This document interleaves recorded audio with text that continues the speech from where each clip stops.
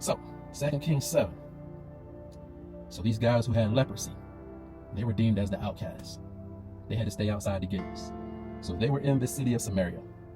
At this time, Samaria, due to their disobedience, there was a famine. No food shortage. These people were potentially going to die. But God used these outcasts. So long story short, these guys were outside the gate. They got amongst each other. They were talking.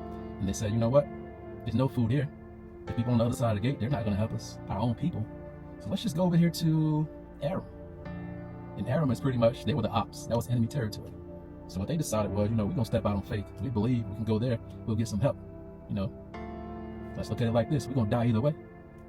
We stay here, we're going to starve and die. If we go over there, they want nothing to do with us. They're going to kill us. So, it's a lose-lose. But we're going to step out on faith. We're going to go there and see if we can get some food.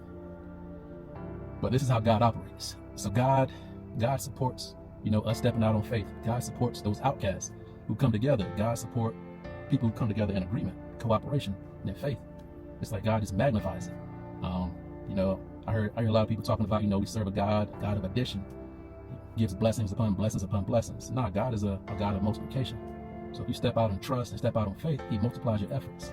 And you're going to see that in all three of these stories that I talk about. So these guys decided to go there. And God, being the God that He was, or is, He rewarded them. But what He did was, it was a supernatural event.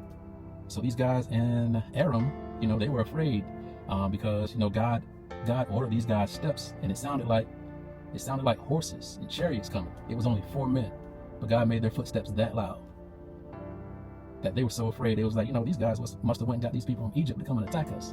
They were so afraid, they got up on their horses, got on their chariots, and left. And what did they leave? They left all their gold, they left all their silver, and they left all their food. So these 4 lepers, they had a feast.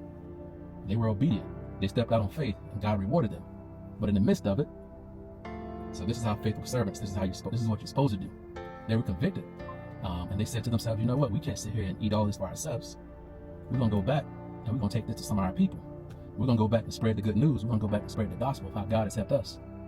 So these people who were outcasts still had those pure hearts, still were compassionate, still thought about the people who didn't care for them. And they had the keys, and they took that food back, and they delivered them. They delivered them from that famine and from starving. And that's what God's going to do to some of y'all. Those people who counted y'all out, those people who forgot about y'all, those people who said y'all were no good. He's going to give y'all the keys, but you got to step out, trust, and in faith and in action. He's going to give you the keys to go back and save those people.